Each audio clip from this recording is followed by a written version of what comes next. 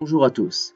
Je vais vous parler aujourd'hui de la série britannique Doctor Who, plus particulièrement de son personnage principal, l'énigmatique Docteur. Le Docteur est un personnage au vrai nom inconnu, utilisant un pseudonyme, symbole de paix et de non-violence. C'est un extraterrestre d'apparence humaine originaire de la planète Gallifrey. C'est un Time Lord ou Seigneur du Temps en VF. Il voyage en TARDIS, qui est un vaisseau spatial plus grand à l'intérieur, qui signifie temps à relativité dimensionnelle interspatiale. Un pacifiste, le Docteur n'utilise pas d'armes, juste un tournevis sonique, gadget qui le sauvera de nombreuses situations. Il aime se balader à travers l'espace et le temps, avec ses compagnons, notamment des femmes, afin de satisfaire sa soif de connaissance et sa curiosité. Enfin, le Docteur possède la capacité de se régénérer lorsqu'il meurt, c'est-à-dire qu'il change d'apparence et de personnalité au lieu de mourir. Et ce sont les différentes incarnations du même personnage que je vous présenterai lors de cette vidéo. Vous êtes prêts? Alors, allons-y! Le premier Docteur, joué par William Hartnell, est un vieillard méfiant et sévère, ayant une haute opinion de lui-même, et prenait souvent de haut les personnes plus lentes d'esprit que lui, c'est-à-dire à peu près toutes, mais s'adoucira avec le temps en prenant une figure plus paternelle.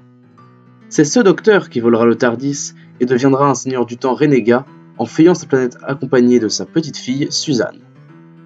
Un homme qui a soif de connaissances et qui n'hésite pas à saboter son propre vaisseau juste pour satisfaire sa curiosité. Ce Docteur, malgré son égoïsme et sa manie de prendre les autres de haut, possède un bon fond, mais ses années à fuir sa planète l'ont rendu froid et paranoïaque. Mais d'un homme insensible aux autres, il s'adoucira grâce à la présence de ses compagnons, à tel point qu'il finit par les traiter comme ses enfants. Il porte un costume de l'époque édouardienne avec un grand manteau ainsi qu'une canne due à son grand âge, et il lui arrive de porter de temps en temps un monocle et de fumer la pipe. Il mourut de vieillesse après un affrontement contre les Cybermen et se régénéra sous les yeux ébahis de ses compagnons. Le second Docteur, joué par Patrick Troughton, contraste beaucoup avec sa précédente incarnation, stricte et élégante. Il est en effet ici très enfantin, jovial et sympathique, ce qui ne l'empêche pas d'avoir quelques excès de colère. D'apparence très désordonnée, il porte des nœuds papillons, mis de travers, des bretelles, ainsi qu'un pantalon trop large, qui lui valurent le surnom de Cosmic Hobo, le clochard cosmique. C'est un homme bien plus chaleureux que son prédécesseur, avec des expressions inattendues et exagérées.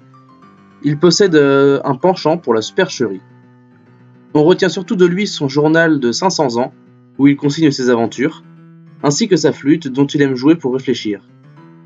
Les seigneurs du temps finirent par le juger coupable d'avoir enfreint les lois du temps, l'envoyèrent en exil sur Terre et le forcèrent à se régénérer.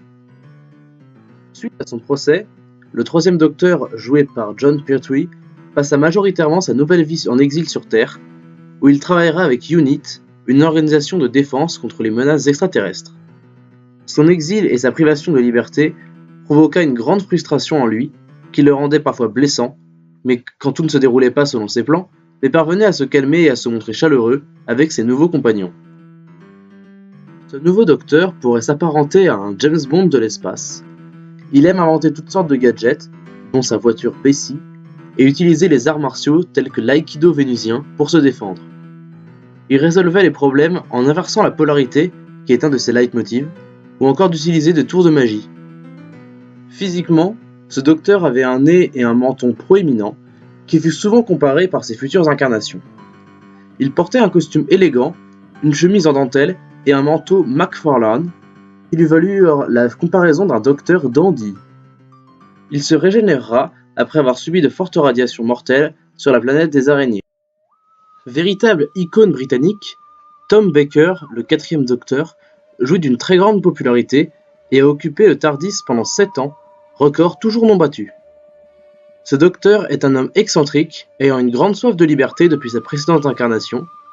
Ce drôle de personnage énigmatique, drôle mais capable de passer du sérieux le plus total à la folie en quelques secondes, crée au fil des saisons un caractère moins comique et beaucoup plus grincheux. Ce Docteur refuse beaucoup plus la violence par rapport à ses prédécesseurs et doit faire face à beaucoup plus de choix moraux. On le reconnaît à son grand manteau, qui contient ses friandises favorites, les Jelly Baby, qu'il peut offrir à ses amis, tout comme à ses ennemis. à son chapeau et surtout à son écharpe bariolée qui sera souvent évoquée par ses successeurs. Il mourut d'une chute du radiotélescope, poussé par son ennemi juré, le Maître, ce qui causa sa régénération. Peter Davison est à cette époque la plus jeune incarnation du Docteur, jouant un homme beaucoup plus sensible que ses 4 premières personnalités. Il n'est plus un personnage autoritaire et traite ses compagnons comme ses égaux. Ce 5e Docteur a la particularité d'être un grand indécis. Il change souvent d'avis et tire parfois ses conclusions à pile ou face. Le style vestimentaire de ce Docteur est composé d'un costume de cricket blanc auquel il a collé une branche de céleri, mais ne le jugeons pas. Il excelle dans son sport favori, le cricket, ainsi qu'à l'escrime. Malgré sa bonne vue, il portera des lunettes pour se donner un air intelligent. Il fut d'ailleurs surnommé Brainy Specs, traduit par lunettes intello, que ses 10e et 11e versions utiliseront également. Il sera empoisonné avec sa compagne Peri Brown et lui donnera la seule dose d'antidote qu'il disposait et se régénérera devant elle dans le TARDIS. Bien moins chaleureux et bienveillant, le 6e Docteur joué par Colin Baker est une personne orgueilleuse, têtue, égoïste et totalement imprévisible. C'est l'incarnation la plus sombre du Docteur, celle qui est la plus déterminée à éradiquer le mal dans l'univers. Ce côté sûr de lui et de fou complètement zélé font de lui un homme difficile à surprendre, capable de rester de marbre devant la mort d'autrui. Malgré ce caractère difficile, il possède un bon fond et ses compagnons sont très attachés à lui. Il est reconnaissable à son long manteau bariolé et à son costume ridicule qui contraste totalement avec sa personnalité, ainsi qu'une grande fascination pour les chats. Il dut se régénérer après le crash de son TARDIS provoqué par la Rani. Le 7e Docteur possède une apparence maladroite et ridicule, ce qui lui vaut de ne souvent pas être pris au sérieux par ses ennemis, mais qu'il parvient à retourner à son avantage. Ce Docteur est plutôt comique, bon esprit et manipulateur. Il aime mener ses adversaires par le bout du nez, mais s'oppose totalement à l'usage d'armes pour arriver à ses fins. L'arme la plus dangereuse du Docteur dans toutes ses interprétations sont ses mots. Sylvester McCoy porte ici un costume en tweed, ainsi qu'un chapeau, un pull orné de points d'interrogation, ainsi qu'un parapluie de la même forme, un drôle de mélange entre l'homme mystère de Batman et mon prof d'histoire au lycée. Il mourut à San Francisco, où ayant été touché lors d'une fusillade, il sera transporté à l'hôpital et subira une opération qui lui sera fatale. Il se régénérera ensuite à la morgue. Apparu uniquement dans le téléfilm Le Seigneur du Temps et dans un mini-épisode de la nouvelle série, Paul McGann, le 8e Docteur, se régénère à la morgue et s'habille d'un costume victorien trouvé dans un vestiaire. Gentil et conciliant, ce Docteur est un personnage enthousiaste, mais qui a dû se montrer plus sombre lorsqu'il le devait. Il porte une montre à gousset ainsi que des cheveux longs. Le Docteur décidera de fuir la guerre du temps qui opposa son peuple aux Daleks, étant incapable de recourir à la violence. Dans le mini-épisode The Night of Doctor, ayant cette fois-ci les cheveux courts et une apparence plus mature, il essaiera de sauver une jeune femme d'un crash, mais elle refusera l'aide d'un seigneur du temps, et ils moururent tous les deux. Le Docteur fut cependant ressuscité temporairement par les sœurs de Karn, qui réussirent à le convaincre de mettre fin à la guerre. Le Docteur boira alors une potion pour se régénérer, déclarant « Faites de moi un guerrier ». Le Docteur guerrier a longtemps été un tabou pour le Docteur, qui ne souhaite pas se rappeler la fois où il a trahi sa promesse. En effet, le pseudonyme du Docteur signifie la non-violence pour régler les conflits, et cette incarnation s'est vue obligée de porter les armes pour faire face à la guerre du temps sur Gallifrey pendant des années.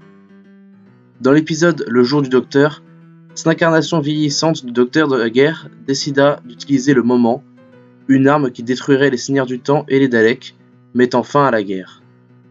Mais dans ce même épisode, le Docteur rencontrera ses futures réincarnations et réussira avec ses 13 corps à sauver Gallifrey en la figeant hors du temps. Cependant, ses 9e, 10e et 11e incarnations, désynchronisées de leur ligne temporelle, ne se souviendront pas avoir sauvé leur planète jusqu'à ce fameux épisode. Il finira par se régénérer dans son TARDIS, peu après, usé par sa vie de guerrier. Joué par Christopher Eccleston, le 9e Docteur est celui qui relancera la série en 2005. Persuadé d'être le dernier de sa race, il est rongé par la culpabilité et est très marqué par la guerre du temps. Il fut grandement apaisé par la présence de sa compagne, Rose Tyler. Souvent joyeux, plaisantin et abondant un large sourire, il peut cependant devenir violent, par exemple lors de sa rencontre avec un Dalek survivant. C'est sûrement le docteur qui a le plus bénéficié de la présence de ses compagnons à ses côtés, lui rappelant ainsi la vraie signification du pseudonyme qu'il s'est choisi. Le look de ce docteur est assez simpliste, une veste en cuir sûrement héritée de sa précédente incarnation. Le 9e docteur est surtout reconnaissable à ses oreilles particulièrement voyantes. Il dut se régénérer en absorbant l'énergie du Tardis que Rose avait en elle pour la sauver, et se transforma devant elle. David Tennant, le 10e docteur, est sûrement le plus apprécié dans le monde entier. Dynamique, jovial, sensible et ayant soif d'aventure, il sait charmer ses compagnons et intimider ses ennemis. D'un naturel très bavard, il règle tous ses problèmes par la parole, ne voulant plus utiliser de sa violence. C'est certainement le docteur le plus humain et celui qui a le plus besoin de ses compagnons. En effet, il est terriblement attachant et son côté survolté a su charmer plus d'un de ses acolytes. Il peut se montrer triste et nostalgique lorsqu'il se retrouve seul, abandonnant ses anciens amis pour les protéger. Le docteur est ici affublé d'un long manteau marron, d'un costume bleu ou marron rayé, ainsi qu'une paire de Converse et une coupe ébouriffée avec du gel. Ce docteur possède un charme particulier, se posant beaucoup de questions, se demandant par exemple si un seigneur du temps ne vit pas trop longtemps lorsqu'il décide de voyager seul. Lorsqu'il absorbera des radiations pour sauver son ami Wilfrid, il subira une longue agonie remplie de nostalgie, faisant ses adieux à ses anciens amis, puis tourner la page en trouvant un nouveau corps. Enfantin, excentrique et complètement décalé, le 11e docteur est sûrement une des versions les plus extraterrestres de lui-même dans sa manière d'agir et de côtoyer ses proches. Matt Smith joue ici un docteur très jeune et vieux à la fois, qui fait de lui une version très appréciée de la série. Très remuant, vif et bavard, il possède de nombreux tics gestuels, une vraie pile électrique, ainsi que des tics de langage avec ses Yosa ou son célèbre Geronimo. Ses goûts sont peu communs, son plat favori étant les bâtonnets de poisson à la crème anglaise, et porte un grand intérêt aux chapeaux, notamment les fez, ainsi qu'un nœud papillon, qu'il porte en permanence, car les nœuds papes, c'est cool! Ses vêtements sont composés d'une veste en tweed ou d'une redingote, des bretelles, et un nœud papillon faisant penser à sa 2e incarnation. Il sera d'ailleurs surnommé l'homme débraillé par sa compagne Amy Pound. Il mourra de vieillesse sur la planète Trenzalore, après l'avoir défendu pendant 8 siècles, faisant ses adieux à sa compagne Clara, car il avait déjà épuisé ses 12 régénérations. Cependant, les Seigneurs du Temps lui accordèrent un tout nouveau cycle de 12 régénérations, qui le transformèrent dans son Tardis. Première incarnation de son second cycle de régénération, c'est un docteur vieux, sec et pouvant se montrer désagréable qui apparaît. Il garde cependant un bon fond et peut être très protecteur envers ses compagnons, attitude paternelle comparable à sa première incarnation. Aldi joue un docteur qui, contrairement à ses précédentes incarnations, est plutôt réservé et distant, complètement différent du précédent qui raffolait des câlins, et qui a en plus du mal avec l'humour et le second degré. Son style de rocker contraste beaucoup avec l'âge qu'il semble avoir.